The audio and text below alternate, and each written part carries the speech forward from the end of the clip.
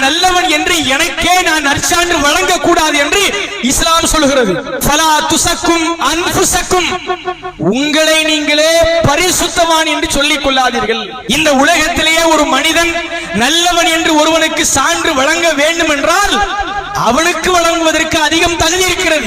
என் உள்ளத்தை, என் கேரக்டரை, என் நிலையை எனக்கு தெரியுமா இல்லையா? ஆனா அல்லாஹ் சொல்றான், ஃபலா துஸக்கும் அன்ஃபுஸக்கும், உங்களை நீங்களே நல்லவர் என்று சொல்லிக் கொள்ளாதீர்கள். ஹுவ அலமு பிமனித்தகா, இறையச்சமுடையவர் யார் என்பதை படைத்த இறைவனுக்கு தான் தெரியும், உனக்கு தெரியாதுன்றான்.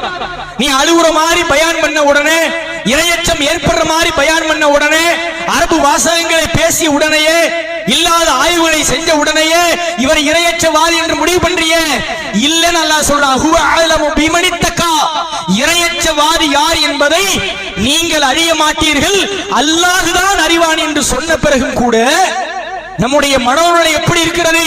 இவர் தவறு செய்வாரா, இவர் இப்படி பேசுவாரா, இவர் இப்படி பண்ணுவாரா, இவர் இப்படி மோசடி செய்வாரா என்று நாம் ஒருவருக்கு வக்காலத்து வாங்கக்கூடிய காட்சிகளை பார்க்கிறோம். ரொம்ப ரொம்ப மோசமான மனோநிலை இது. நான் என் தந்தைக்கு உத்தரவாதம் தர முடியாது, என் குடும்பத்தாருக்கு உத்தரவாதம் தர முடியாது, உலகத்தில் வாழுகிற எந்த மனிதர்களுக்கும் தர முடியாது என்று சொன்னால் யாரோ ஒருவருக்கு நாம் எப்படி உத்தரவாதம் கொடுப்பது?